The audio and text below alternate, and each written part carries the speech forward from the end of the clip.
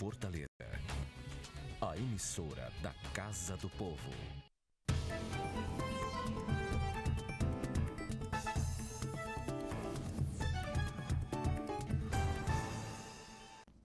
Olá, estamos iniciando o plenário da cidade pela TV Fortaleza, a emissora da Câmara Municipal. O Conselho Estadual de Igualdade Racial se reuniu no último dia 25 de abril e fez uma reunião muito ampla. E para falar sobre essa reunião e sobre assuntos ligados à igualdade racial, nós estamos recebendo aqui no estúdio da TV Fortaleza a professora Zelma Madeira, ela que é a coordenadora de Igualdade Racial do Estado do Ceará. Professora Zelma, muito obrigado pela sua presença. E eu gostaria então que a senhora começasse falando assim, do dia 25, daquela reunião foi muito ampla, né?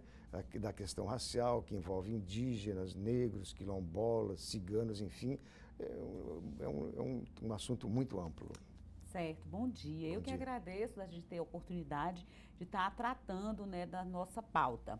Então, assim, o Conselho Estadual de Igualdade Racial, ele data de 2016. Então, nós já vivemos uma primeira gestão que datou de 2016 a 2018, né? E agora de 2018 a 2020. Então, nós demos a posse desse conselho no dia 20 de novembro, que para nós é uma data importante, que comemora, né, na verdade, Zumbi de Palmares e Consciência Negra. E aí nós tivemos agora, no último dia 25, a reunião. Então, na reunião era para que a gente pudesse alinhar, dizendo, né, que houve alteração, porque anteriormente o conselho, bem como a coordenadoria, a CEPI estava ligada ao gabinete do governador. E com as alterações da reforma administrativa, nós fomos para a SPS, que é a Secretaria de Proteção Social, Justiça, Mulheres, Cidadania e Direitos Humanos. Não sei se eu disse na ordem correta. Certo. Então, nós precisaríamos dizer que houve alteração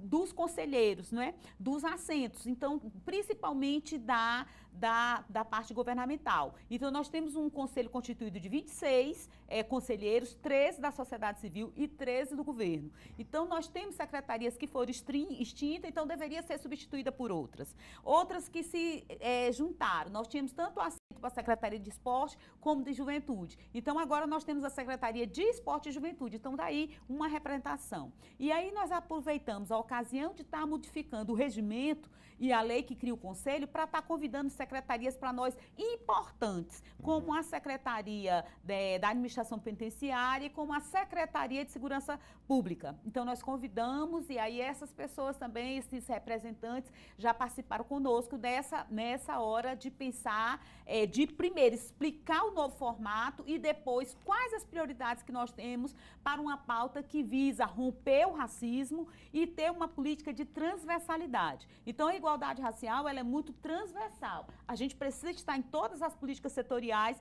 tendo cuidado para a dimensão da igualdade racial, porque nós trabalhamos com grupos de interesses. Nosso é a população negra, os povos e comunidades tradicionais, né, os povos originários indígenas, os povos ciganos, os povos de terreiro, que são aqueles de matriz africana e afro-brasileira, e os quilombola. Então, PCTs, povos e comunidades tradicionais, nós temos muito no Brasil, mas o que se vincula diretamente a nós é esses que são discriminados em termos étnicos e raciais. Muito bem. E no caso, esse deslocamento do Conselho, ele vai criar, assim, um outro regimento interno ou isso aí não muda? Não, nós só vamos mesmo fazer a adequação para estar acoplado e condizente com as reformas, a reforma administrativa, mas não muda o teor do nosso propósito, do nosso objetivo, que é mesmo garantir essas políticas transversais de igualdade racial. Entender que essas populações são discriminadas, elas têm dificuldade de acessar direitos e é essa a nossa função. Agora, e a igualdade racial, embora seja óbvio demais a necessidade, ela ainda persiste, assim, a não igualdade racial, né? Infelizmente, né? E esse conselho, evidentemente, que luta para que isso seja diminuído ou até eliminado. Justo. O nosso propósito maior é a superação do racismo. Embora a gente tenha no Brasil preconceito de ter preconceito, a gente nem fala assim, não, nós não temos preconceito, nós não fazemos discriminação, mas isso não condiz com a realidade. Nós temos uma realidade marcada por desvantagem desse grupo. Então, nós temos um passado de escravidão, que não é só o passado, mas ele se recria. Então, esses lugares de desvantagem com os quais essas populações elas têm ocupado na sociedade, faz com que o nosso, tanto a coordenadoria como o conselho, tenha muito trabalho a fazer, porque nós precisamos convencer a saúde de que tem doenças que incidem mais diretamente nessa população. Nós precisamos de uma educação antirracista, então temos que dialogar com a SEDUC para ver a implementação da Lei 10.639, da Lei 11.645, da diretriz para uma educação quilombola, para a diretriz da educação indígena. Então, se eu vou para o desenvolvimento agrário, eu tenho esses trabalhadores rurais, né? Eu tenho esses trabalhadores que precisam dessa agricultura familiar, e aí nós precisamos de recursos para esses projetos produtivos que tenham uma maneira específica de lidar com eles, né? Exatamente, e a senhora citou duas, eu gostaria que a senhora também aprofundasse um pouco nessas desvantagens que esses grupos sofrem na comunidade. Pronto. Então, nós temos um grande problema, por exemplo, o que garante uma vida melhor é a inserção no mercado de trabalho. Nós temos um grande problema que é do desemprego. Nós temos quase 3 milhões de desempregados, desse, 63% são pretos ou pardos, que é quem na sociedade brasileira são considerados de negros. Então, nós temos a dimensão da escolarização, o nível de analfabetismo, a dimensão da evasão escolar, por questões raciais, que alguns dizem, é bullying na escola, mas é racismo. Então, nós precisamos entender que tem os lugares de desvantagens que não podem ser naturalizados, né? A gente não pode achar que é normal que uma sociedade, 66% do emprego doméstico seja só de mulheres negras.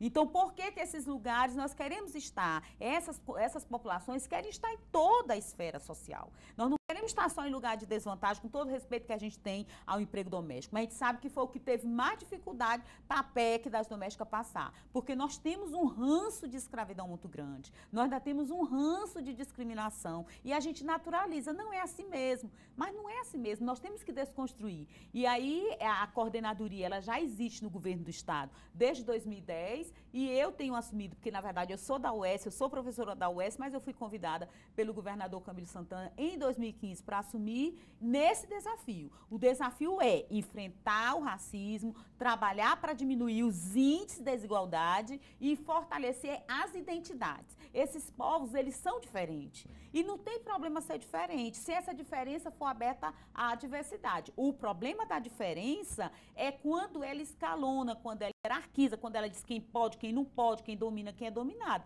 Mas a diversidade aberta é isso que essas populações reivindicam. A população indígena reivindica um reconhecimento e uma demarcação de terra. A população quilombola reivindica um reconhecimento identitário e a titularização das suas terras. Então, os ciganos reivindicam um reconhecimento da sua identidade e que não seja ligado só a visões estereotipadas de que onde tem cigano tem roubo. Então, eles precisam... E do mesmo jeito, os povos de terreiro. Os povos de terreiro não ficam só no terreiro rezando. Os povos de terreiro, na verdade, já estou dizendo, é um povo. Então, tem organização econômica, política, social. Então, todos eles têm esse assento no Conselho e têm participado de uma maneira efetiva conosco.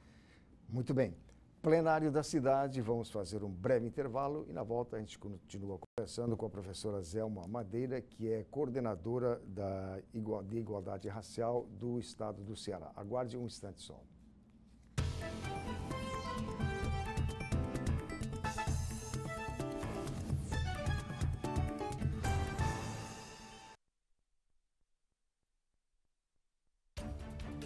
Avançar inovando para uma vida melhor é a nossa fortaleza. Novos e modernos terminais. Bicicleta integrada. Novo Morro Santa Terezinha. Praças da Prefeitura. Células de proteção social. Túnel da Via Expressa. BRT e Viaduto da Guanambi. Prefeitura e você. Uma fortaleza que avança rumo ao futuro é a gente que faz. Bem-vindos ao novo ano.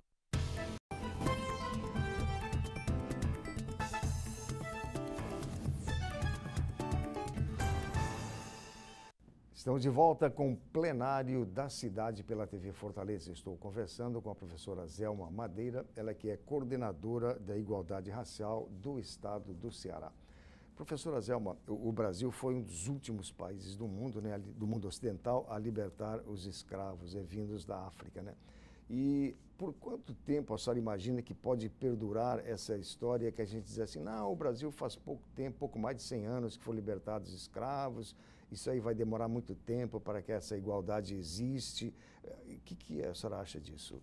Eu acho que não precisaria tanta demora, né? Eu acredito que essa discriminação, ela permanece porque nós saímos da abolição da escravidão sem nenhuma política que nos afirmasse, que é o que a gente chama de política afirmativa, uma política de reconhecimento, uma política valorizativa. Então, isso retardou, certamente, a nossa inserção, ela não se deu no mercado de trabalho, a nossa escolarização. Então, tem várias dívidas, né, que nós precisamos correr no sentido de edificá-la. Só que também o terreno não é tão simples, né, porque nós não temos uma unanimidade que nós somos racistas. Então, a primeira coisa para convencer é nós entendermos que nós temos problemas. Se nós não achamos que temos um problema de desigualdade, de discriminação racial e de racismo, que racismo é mimimi, né? Então, aí vai ficar mais complicado, a gente vai demorar mais tempo para que a gente possa ter. Entendeu? Não é à toa que o racismo, ele é um problema planetário. Claro que ele vai ganhando nas regiões e nos países. Nós temos a forma específica aqui no Brasil de que nós tivemos uma democracia racial, isso tem nos atrapalhado bastante, porque se nós tivemos uma harmonia entre os grupos étnicos e raciais, não tem necessidade de fazer as ações e as políticas. Agora, se a gente entender que teve sim, que teve conflito, que tem toda uma dimensão de desvantagem posta, aí a gente fica mais tranquilo para pensar a solução, porque aí nós vamos ter um problema. Se tem problema, tem que ter solução. E as soluções, elas são plurais, desde as políticas públicas no nível universal mesmo, quanto as políticas públicas específicas. Primeiro, uma política específica que a gente pode dizer, que é a de caráter repressivo. Ora, na Constituição nós já temos lá que o racismo é crime. Então, nós precisamos de políticas repressivas para dizer o racismo é crime. Nós temos na Constituição e tem a Lei K.O., né, um ano depois da Constituição, em 89.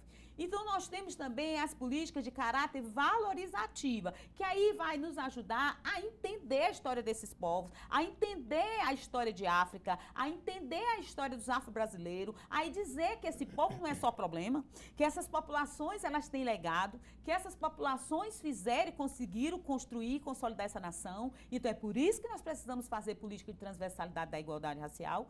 E, por fim, nós temos as políticas de ação afirmativa, que é o que a gente ouve mais falar, principalmente uma modalidade que é cotas, que também não tem unanimidade. Quando a gente vai falar de cotas, a pessoa, não, mas isso aí é uma humilhação. Não é humilhação, é reparação. E aí nós temos uma dificuldade de ter cotas, por exemplo, raciais, como nós temos a Lei 12.990 de 2014, que garante 20% dos concursos públicos do efetivo, né, federal, para quem se autoafirma negros, que são os pretos e pardos no IBGE. Então, a gente sabe que isso não é tranquilo também na sociedade brasileira, porque a gente precisa debater. Então, quando nós somos convidados para estar aqui no programa para fazer uma discussão sobre o Conselho, que é uma instância de controle social dessa política, nós ficamos super felizes, porque nós precisamos falar. Nós precisamos dizer que existe o racismo ele está esparramado pelas instituições sociais, vejamos a representação em lugares de qualidade, né? Quantos médicos negros nós temos, eu não estou falando nem de cubanos, estou falando de brasileiros, quantos médicos nós temos, né? Quando nós vamos para os fóruns, advogados, professores da universidade, juízes. Então, nós precisamos preparar a nossa população negra, indígena, quilombola, cigana, povos de terreiro, para estar fazendo e ocupando esses lugares. E estar trazendo reconhecimento, acesso à justiça, modelo de desenvolvimento, que é o slogan, né, da década dos afrodescendentes, que iniciou em 2015 e vai até 2024. Então, o que é que essas populações, principalmente as populações que vêm sofrendo a discriminação com a diáspora, que são os afrodescendentes, eles querem reconhecimento, reconhecimento de que a raça é humana, isso já foi provado desde a década de 1950 com o Projeto Genoma. Quando a gente fala de raça, é no sentido social e político, porque no sentido biológico de raças inferiores, superiores, nós não temos. Mas nós precisamos ainda falar, porque o racismo no Brasil é um racismo de marca. Então ainda conta a tez da pele, o ângulo facial, o nariz, boca, cabelos, né? Então ainda isso é definidor de lugar nessa nossa sociedade. Professora, quando a senhora participa assim de palestras nas comunidades, a senhora sente assim que as pessoas, de um modo geral, né, elas têm uma consciência próxima dessa que a senhora tem, ou ainda as pessoas estão ingênuas nesse pensar? Então, quando a gente trabalha, tem uma parte da militância, dos ativistas, dos que reivindicam, que estão tudo no mesmo nível, no mesmo patamar do entendimento. Mas a sociedade em geral, ela foi socializada com o discurso da mestiçagem, com o discurso da democracia racial. Então, eles não param para duvidar, na grande maioria da sociedade. Né? Aqui, por exemplo, no Ceará, tem um discurso de que não tem negros. Então, todos que somos negros, nós estamos sempre sendo inquiridos na praia, nos espaços sociais, no espaço de lazer. Não, mas você não é daqui não, né? Aqui não tem gente assim que nem você não. Então, onde que estão os negros do Ceará? Por que nós temos essa invisibilidade? Então, se eu não me reconhecer, eu não vou ter essas referências, vai ficar difícil ter essa consciência de negritude, de ser indígena, de ser povo de terreiro e dizer com orgulho, com reconhecimento. Porque, de uma maneira geral, e o senso comum, ele é preso e é presa de um discurso da mestiçagem, que não tem mais negro, que não tem mais branco, que não tem, todo mundo está misturado, todo mundo é humano.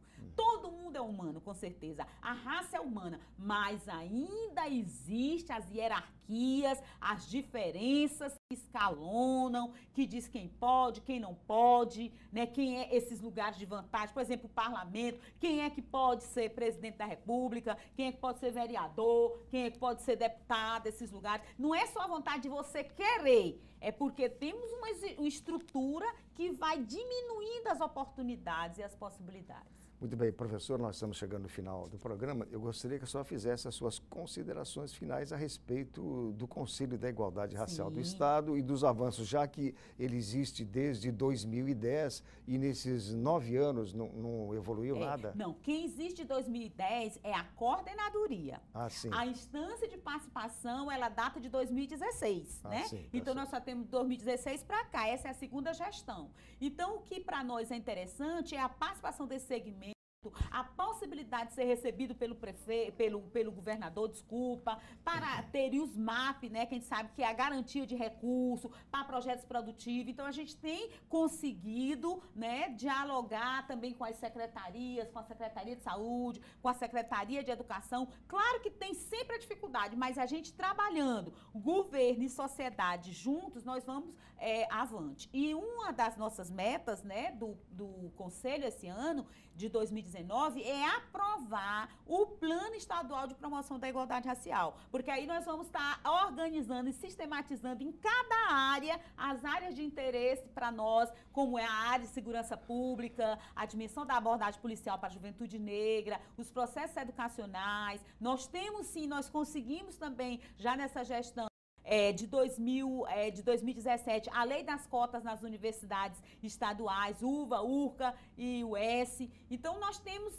conquistado projetos produtivos, alguns recursos para fazer mapeamento, inclusive as comunidades quilombolas acabaram de concluir o seu mapeamento. Nós sabemos que temos 85 comunidades quilombolas que foram pesquisadas e ter como pesquisador os próprios quilombolas, isso tudo com recurso que eles conseguiram acessar.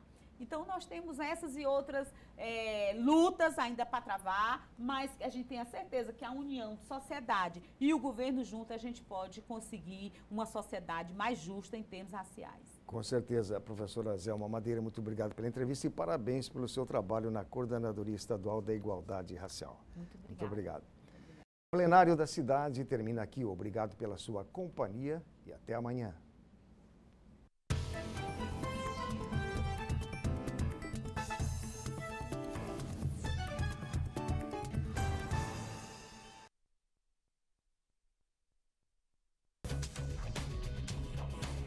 TV Fortaleza, a emissora da Casa do Povo.